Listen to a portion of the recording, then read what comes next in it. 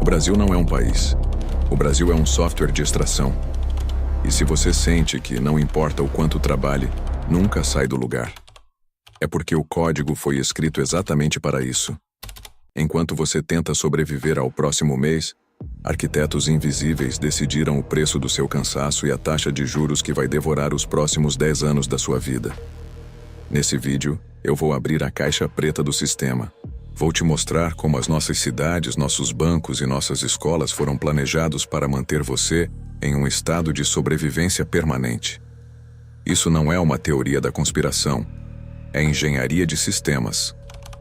Vamos começar pelo óbvio que ninguém questiona.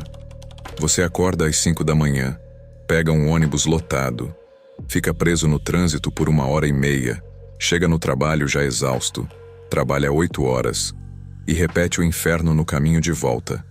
3 horas por dia, 15 horas por semana, 60 horas por mês. Você acha que isso é normal? Não é. É projeto. Década de 1970. Brasil em pleno regime militar. O país decide copiar o modelo americano. Rodovias em vez de metrôs. Carros em vez de trens. Indústria automobilística vira prioridade nacional. São Paulo tinha planos de construir uma malha metroviária de 450 quilômetros. Sabe quantos foram construídos? 104. E levou 50 anos. Por quê? Porque metrô não gera dívida no trabalhador. Carro, sim. Pense na matemática. Se você mora a 30 quilômetros do trabalho e ganha R$3.000 por mês, você vai gastar entre R$600 e R$800 só para chegar lá. Combustível, financiamento, IPVA, seguro, manutenção. 1/3 do seu salário evapora antes de você pensar em comida. E tem a parte invisível, o custo cognitivo. Quando você chega em casa depois de 3 horas de trânsito, seu córtex pré-frontal, a parte do cérebro responsável por planejamento, estratégia, pensamento crítico, está desligado. Você não tem energia para estudar, para empreender, para questionar. Você só quer Netflix e delivery. E é exatamente isso que o sistema precisa, porque um trabalhador exausto não lê contratos, não entende juros compostos, não percebe que está sendo extraído. Ele só quer sobreviver ao próximo dia. Isso não é falha de planejamento urbano, é a arquitetura da exaustão. As cidades brasileiras foram desenhadas para que a classe trabalhadora gaste sua energia vital só para chegar ao trabalho. Quanto mais longe você mora, mais barato o aluguel, mas mais caro o custo real, o seu tempo, sua saúde mental, sua capacidade de ascender. Agora olhe para o topo. As elites moram a 10 minutos de seus escritórios. Seus filhos não pegam ônibus. Eles têm tempo, energia, eles planejam. Enquanto você sobrevive, eles acumulam. E o labirinto de concreto garante que você nunca tenha tempo suficiente para perceber que está preso. Agora vamos falar da droga favorita do brasileiro: o parcelamento. 12x sem juros, 24 RIs no cartão, 60 AIs no carro, 360 na casa. Você acha que isso é facilidade? Não é. É engenharia de dependência. Vou te mostrar como seu cérebro foi hackeado. Governo Lula. Expansão do crédito. Pela primeira vez na história, o trabalhador brasileiro consegue comprar uma TV de plasma parcelada. A sensação é de vitória, de inclusão, de progresso. Mas tem um detalhe técnico que ninguém explica. Quando você parcela alguma coisa, seu cérebro libera dopamina no momento da compra. Aquele prazer imediato de conseguir o produto. Mas o sistema límbico, a parte emocional do cérebro, não processa a dívida futura. Ele não sente dor pelos próximos 12 meses de pagamento. Só sente o prazer do agora. E os bancos sabem disso. Por isso eles transformam preço em parcela. Não custa R$3.000, custa só 250 por mês. Esse truque linguístico anula o córtex pré-frontal, a parte racional do seu cérebro que deveria calcular. 250 vezes 12 é 3.000, mais juros, na verdade é 3.600. Mas você não calcula, porque o design da oferta foi feito para você não pensar, só sentir. Agora vem a parte sombria. O banco não quer que você pague a dívida. Ele quer que você seja um pagador de juros eterno. Olha esse número. Taxa média de juros do rotativo no Brasil? 430% ao ano. 430%. Se você atrasa o cartão uma vez, entra no rotativo. E aí você nunca mais sai. Você paga, paga, paga. Mas o saldo não desce. Porque você está pagando juros sobre juros sobre juros. Isso se chama capitalização composta. E é a arma mais letal do sistema financeiro. Faz as contas. Uma dívida de R$ 5.000 no rotativo, em 12 meses, vira 26 mil. Em 24 meses, 138 mil. E você continua pagando aqueles 250 por mês, achando que está honrando o compromisso. Não tá. Tá alimentando a máquina. E o sistema educacional nunca te ensinou isso. Por quê? Porque matemática financeira não é matéria obrigatória no ensino médio. Você aprende Bhaskara, mas não aprende juros compostos. Você aprende história do Império Romano, mas não aprende como funciona o Serasa. Isso não é falha pedagógica. É design curricular. O sistema precisa de operários que saibam obedecer, mas que não entendam como estão sendo extraídos. E o resultado? 70% das famílias brasileiras estão endividadas, não porque são irresponsáveis, mas porque o crédito foi desenhado para funcionar como linha de pesca. Você morde a isca do parcelamento e o anzol entra fundo. Quanto mais você tenta sair, mais preso fica. E enquanto você se debate, os juros continuam correndo. E os bancos continuam lucrando. E você continua pagando. Isso não é capitalismo, é feudalismo financeiro. E você não é o cliente, você é a safra. Vamos abrir outro arquivo, a escola. Você passou 12 anos sentado numa cadeira, copiando do quadro, decorando fórmulas, fazendo prova. E no final te deram um diploma e disseram: agora você está pronto para o mercado de trabalho. Mas ninguém te ensinou a abrir uma empresa. Ninguém te ensinou a declarar imposto de renda. Ninguém te ensinou quanto você realmente ganha depois de descontar INSS, FGTS e IR. Você sabe fazer análise sintática, mas não sabe ler um rolerite. Isso não é coincidência. É currículo programado. O modelo de educação brasileiro foi importado da Prússia do século XIX. E a Prússia não criou escolas para formar pensadores. Criou para formar soldados e operários. Gente que obedece ordem, que chega no horário, que não questiona a hierarquia. E o Brasil copiou isso. Porque na década de 1960, o país estava se industrializando. Precisava de mão de obra para a fábrica, não de empreendedores. Então a escola virou uma linha de montagem de empregados. Sinal toca, você levanta. Sinal toca, você senta. Sinal toca, você vai para o recreio.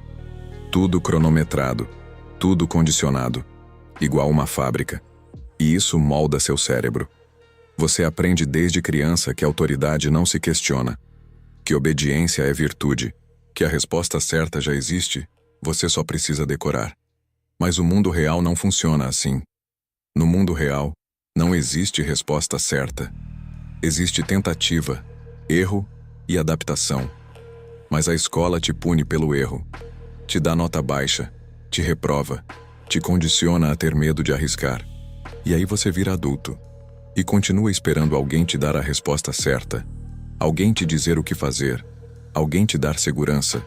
Por isso você aceita o emprego que paga mal, porque pelo menos é seguro.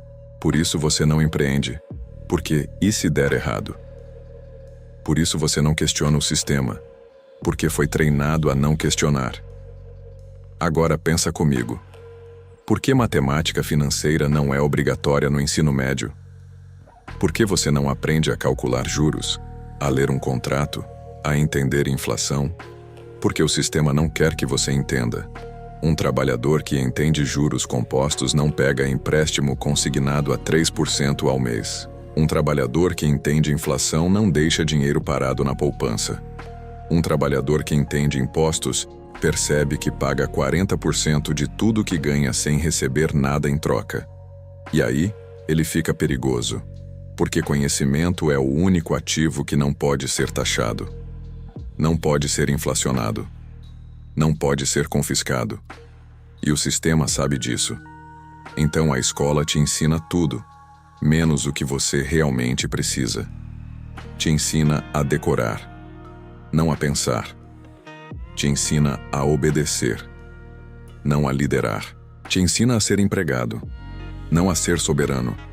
E quando você sai da escola já está perfeitamente condicionado. Você vai procurar emprego, vai aceitar o salário que oferecem, vai parcelar a vida no cartão, vai passar 3 horas no trânsito e vai achar que isso é normal. Mas não é normal. É programação comportamental. E a primeira regra para sair da cela é perceber que você está em uma. Agora vamos entrar no cofre. A engenharia mais silenciosa, a mais brutal, a mais invisível. A inflação. Você acha que inflação é o preço das coisas subindo? Não é. Inflação é transferência de riqueza, do trabalhador para o topo, sem assalto, sem violência, sem que você perceba. Vou te mostrar como funciona.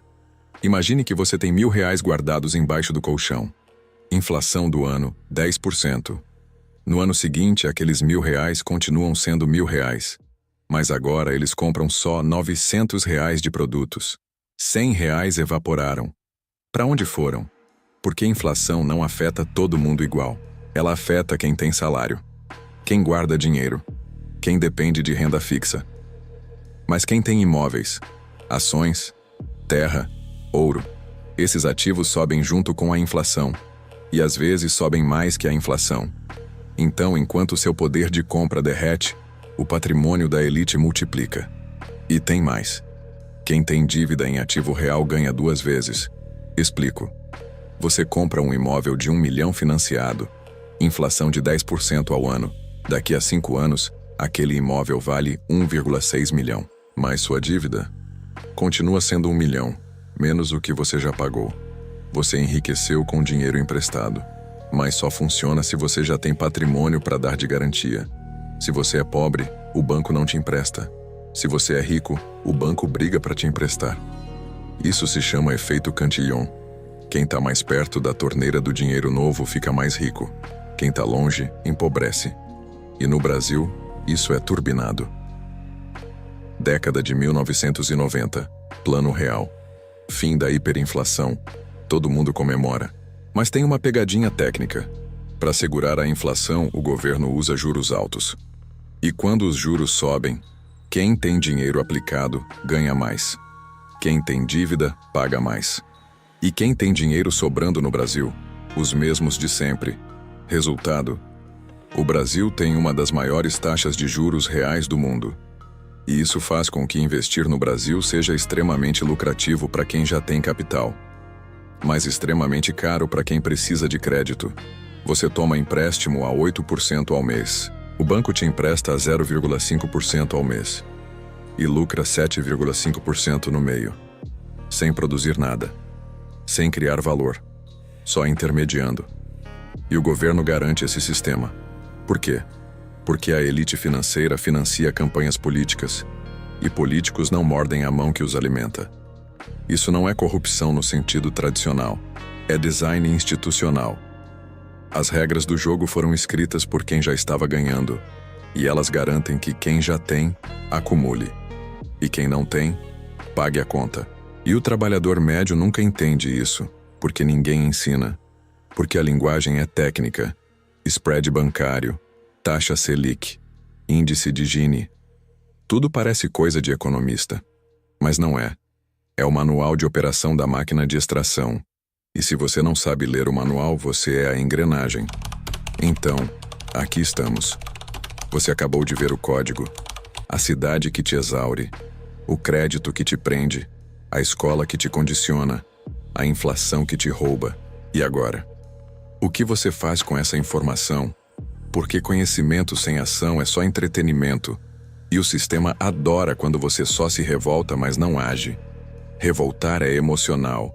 Planejar é estratégico, e o sistema tem medo de gente estratégica. Então vou te dar o primeiro protocolo. Não é motivacional. Não é autoajuda. É lógica de defesa. Protocolo 1. Pare de financiar sua própria prisão.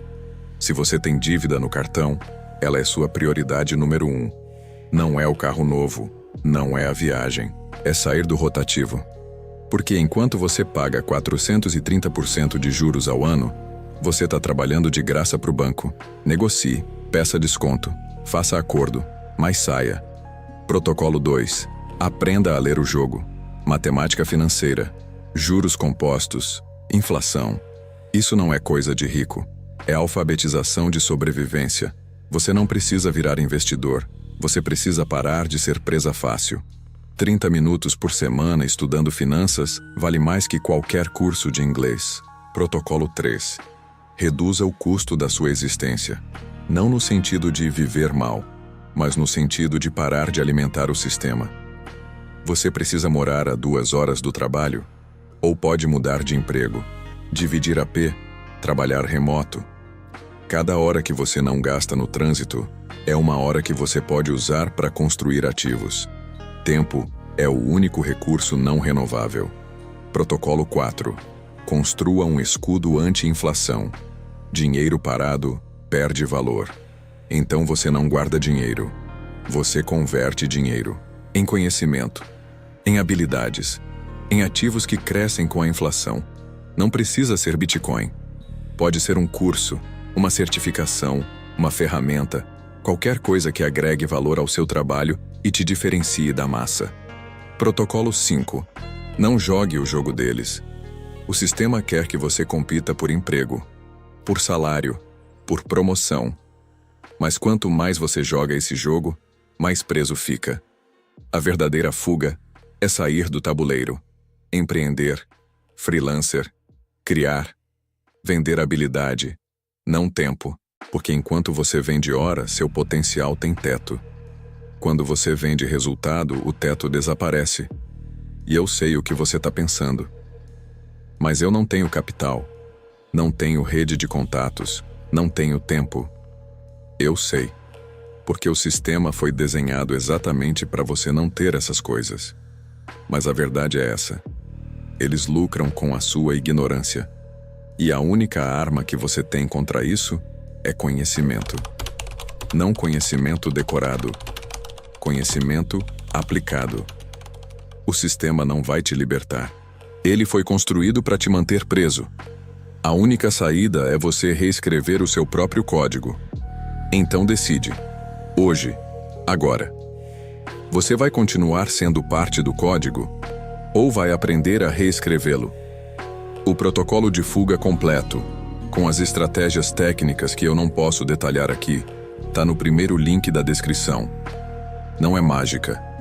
É método. E se você chegou até aqui, você já deu o primeiro passo. Você parou de aceitar e começou a enxergar. Bem-vindo ao arquivo. O arquivo nunca fecha. Até o próximo protocolo.